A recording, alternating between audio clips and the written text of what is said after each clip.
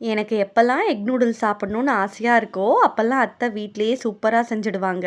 அப்படியே சுட சுட கடையில கிடைக்கிற மாதிரி டேஸ்டியா இருக்கும். வாங்க எப்படி செய்யறதுன்னு பார்க்கலாம். இந்த வீடியோ மறக்காம சேவ் பண்ணிட்டு அப்படியே நம்ம சேனலுக்கு சப்ஸ்கிரைப் பண்ணிடுங்க. அதுக்கு 6 கப் தண்ணி ஊத்தி நல்லா சூடானக்கப்புறம் நூடுல்ஸை சேர்த்து கொஞ்சமா உப்பு, ஒரு கரண்டி எண்ணெய் ஊத்தி ஒரு 5 நிமிஷம் வேக வச்சிடலாம். இப்ப நூடுல்ஸை வடிகட்டி நல்லா 2 தடவை தண்ணி ஊத்தி ஆற வச்சிடலாம். இப்ப நூடுல்ஸ் பேன்ல கொஞ்சமா எண்ணெய் ஊத்தி 4 முட்டையை உடைச்சு ஊத்திக்கலாம். இந்த நூடுல்ஸ் பேன் ஆன்லைன்ல வாங்கியிருந்தேன். ரொம்ப சூப்பரா இருக்கு. உங்களுக்கும் இந்த ப்ராடக்ட் வேணும்னா லிங்க்னு கமெண்ட் பண்ணுங்க. இப்ப முட்டையை நல்லா ஸ்கிராம்பிள் பண்ணி தனியா எடுத்து வச்சுக்கலாம். இப்ப அதே பேன்ல 2 கரண்டி எண்ணெய் ஊத்தி கொஞ்சமா கட் பண்ணி வச்சிருந்த பூண்டு, இஞ்சி, பச்சை மிளகா கூடவே 2 வெங்காயத்தை சேர்த்து நல்லா வதக்கினக்கு அப்புறம் நீல வாக்குல கட் பண்ணி வச்சிருக்கிற 1 கப் கோஸ், 1 கப் கேரட், 1/2 கப் கேப்சிகம் சேர்த்து நல்லா வதக்கிடலாம். இப்ப இது கூட 3 spoon red chilli sauce, 3 spoon soya sauce, 3 spoon tomato ketchup சேர்த்து நல்லா கலந்துக்கலாம்.